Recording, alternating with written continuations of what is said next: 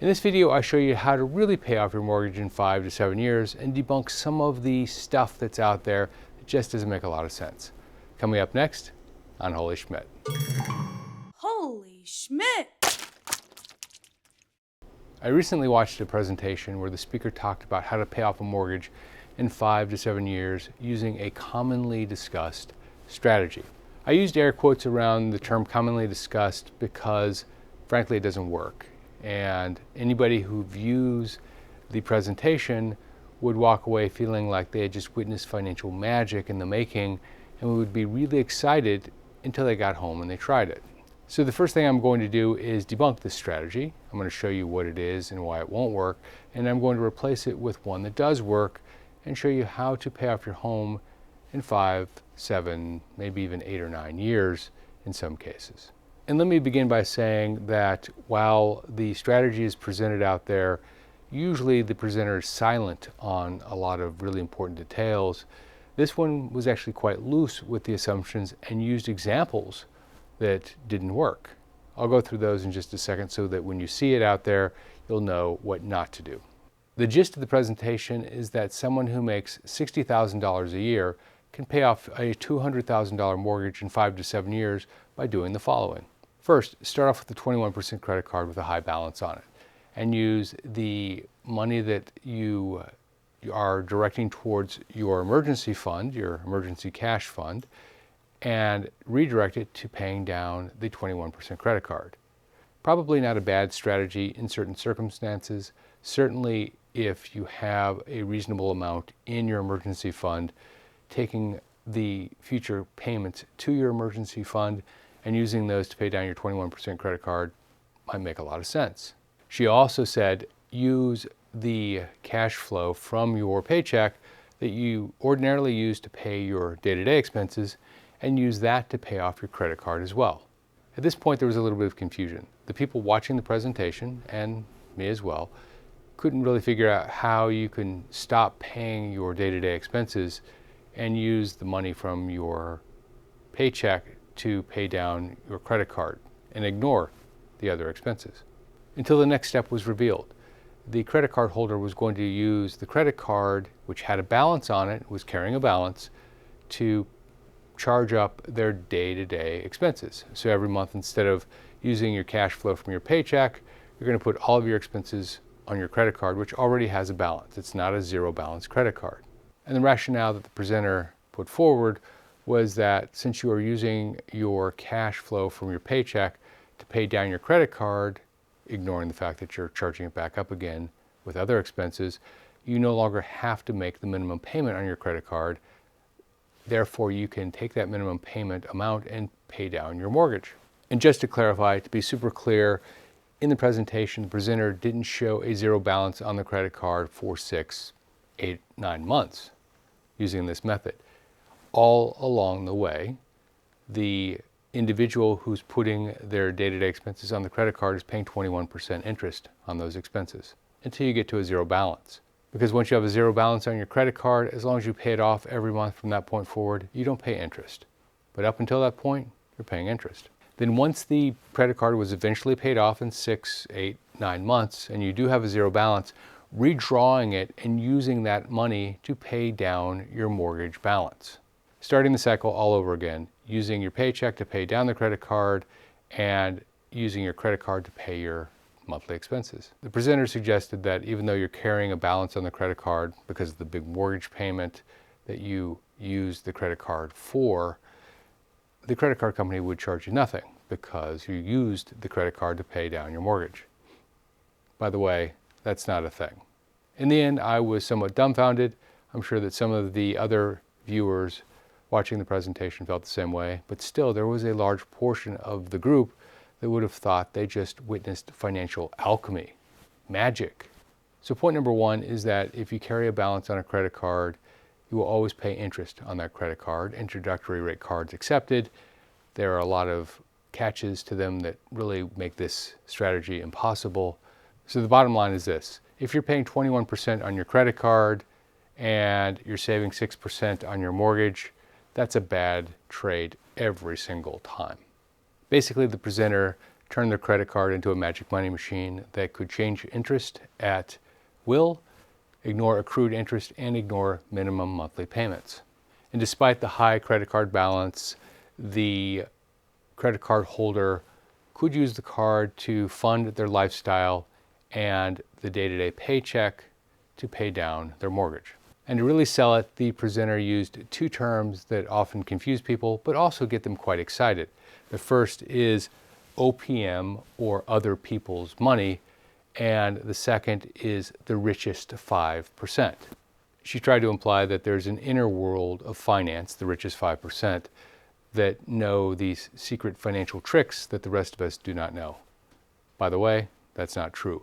A bank wants a reasonable return on their money, and they want the return of their money.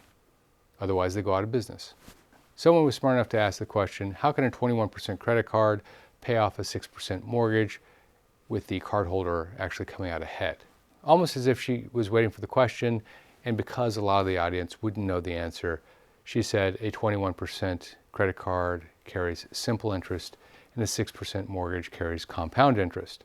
No, they both carry compound interest. In fact, a 6% mortgage is paid monthly and compounded annually. That's 6.168%. Simple interest means that you're making one payment a year. Therefore, the represented interest rate is the actual interest that you're paying. Compound interest means that you're paying it periodically throughout the year, typically once a month. And because you're not paying it all at once up front, the interest is a little higher because this year's principal payment gets paid down over 12 months, not one time a year. The problem is that this presentation, particularly badly delivered, I'll admit, exists in some form all over the internet, usually with fuzzy details, not complete and total fiction. In order to get the outcome that the presenter represented, you would have to spend the same dollar 2 times, and in one scenario 3 times, for it to work. Now that you know what's out there and that it won't work, let me show you what will work. But always remember, 3 minus 2 will always equal 1. If you can do that calculation, everything I show you from this point forward will be easy to understand. Let's go back to the example. If someone has a $200,000 mortgage and they make $60,000 a year, and they want to pay down that mortgage in 5 years, they need to be able to pay 1/5 of $200,000 per year, assuming that they have no interest. Let's assume that their favorite Uncle Jack gave them an interest-free loan and they said, you can have this loan for 5 years. So if you divide 200,000 by 5, you get 40,000 a year. $40,000 a year on a $60,000 income doesn't work. It doesn't work for a number of reasons. One, it ignores things like property tax, food, car payments. It ignores income tax. It also ignores the fact that you need to live your life. And of course, it ignores the fact that you actually have to pay interest on your mortgage. Now, an interesting point, and one that you know intuitively, but I'll show you on an Excel spreadsheet in just a moment. The longer you borrow, the more interest you pay on your loan. This is why a level mortgage payment, which is what you pay on a 30-year conventional mortgage, pays mainly interest in the beginning and mainly principal at the end. You're making the same payment, but as you make that payment every month, the principal amount gets paid down a little bit more each month. It has a snowball effect. And that's why at the end of your mortgage, you're paying down big chunks of your mortgage, because it's almost all principal at that point. If you look at the spreadsheet, you will see that in the first year, the interest cost is $11,806.54. And the principal repayment is $2,360.53. But watch what happens.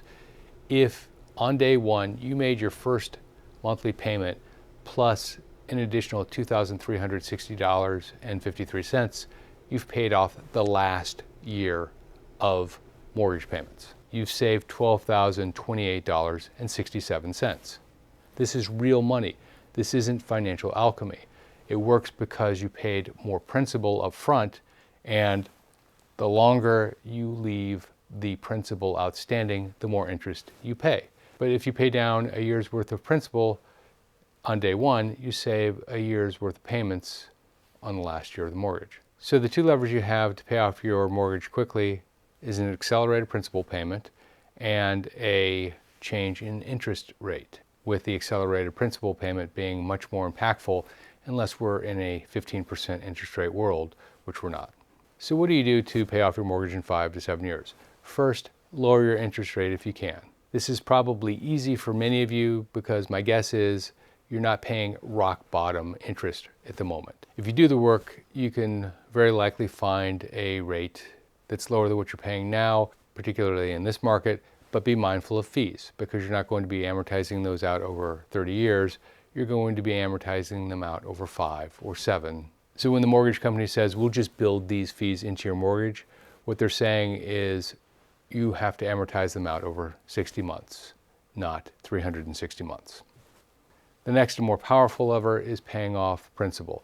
As you saw in the example from before, a modest amount of payment knocks off a lot of time on your mortgage. So it would make sense to throw everything you can at the mortgage to get it paid down as quickly as possible because you're saving a lot of interest. Remember, the longer the debt is outstanding, the more interest you pay. But realistically, if you make $60,000 a year, it would be highly unlikely you could pay off a $200,000 mortgage in 5 years. The math just doesn't work.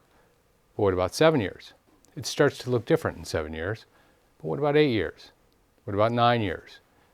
You see, by going out a little bit further, it actually might work. Also, there are some things that you can do to mitigate the problem. What if you took in a roommate? You had a part-time income stream. You used your spouse's income to pay down the mortgage and your income to pay your living expenses. Maybe something as drastic as selling the larger home and moving into a smaller home and then paying down that mortgage. But here's the most important point. No matter which strategy you choose, and whether you choose 5 or 7 or 8 or 9 or even 10 years, you need to go now or very, very soon. If you wanted to pay off your mortgage in, say, 7 years and you waited a year and you decided, okay, now I want to do it in 6, well, you wouldn't be able to do it in 6 because the benefit of paying off a year's worth of extra payments towards your mortgage hasn't happened yet. So let me take you through an example that actually does work. If you make $60,000 a year and you have a $200,000 mortgage paid out over 30 years, your monthly payment is $1,200 per month, $1,199. Let's say $1,200 per month just to make the math easy. Step 1, check your interest rate. Go to bankrate.com, see what current mortgage rates are, current 30-year mortgage rates are, and use that as the basis for what comes next. But let's set a change in interest rate aside for a moment and go back to the example using 6%. You need to figure out how much more than $1,200 a month you can afford and what that does to the time on the mortgage. It's really simple. Go to mortgagecalculator.org, plug in your mortgage balance, plug in your interest rate, plug in 30 years, and what you'll see is that $1,199 is what pops up. By the way, in this online calculator, it gives you the option to put in PMI, insurance, and escrow, etc. Don't do any of that because this is just about the one number. Everything else doesn't really change, just this number is what's going to change. So you're looking for the incremental change. Now, understand that you've got a 30-year mortgage. You could pay it out over 30 years at any time. So when you set what your monthly payment is going to be or what you can afford to pay monthly, set it at a number that's a little bit difficult to achieve. Why? Because if all else fails, you can slow down and stop paying that number and go back to the original number or somewhere in between. But you want to set yourself up for success. So plug in a term that generates a number that you can barely afford right now. Choose 5 years, 7 years, 8 years, 9 years, and 10 years, and watch what happens. By the way, here's what happens at 6%. At 6%, if you chose to pay your mortgage out over 7 years, that's 84 months, you would pay $2921.71 per month. If you were able to reduce your interest rate from 6% down to 4%, your monthly payment would be $27.33 per month for 7 years. Keep playing with this mortgage calculator until you reach the number that you can actually achieve. A few things about this though, time is not on your side. You need to go as soon as possible because the longer the principal is outstanding, the more interest you pay. The magic is in the extra principal payments, and those have the biggest effect in the beginning years, not the middle or the end years. If you like this video, please make sure that you click subscribe and turn on notifications so that you get alerted the next time I post a video. I post about twice a week. This is Jeff Schmidt. Thanks for watching.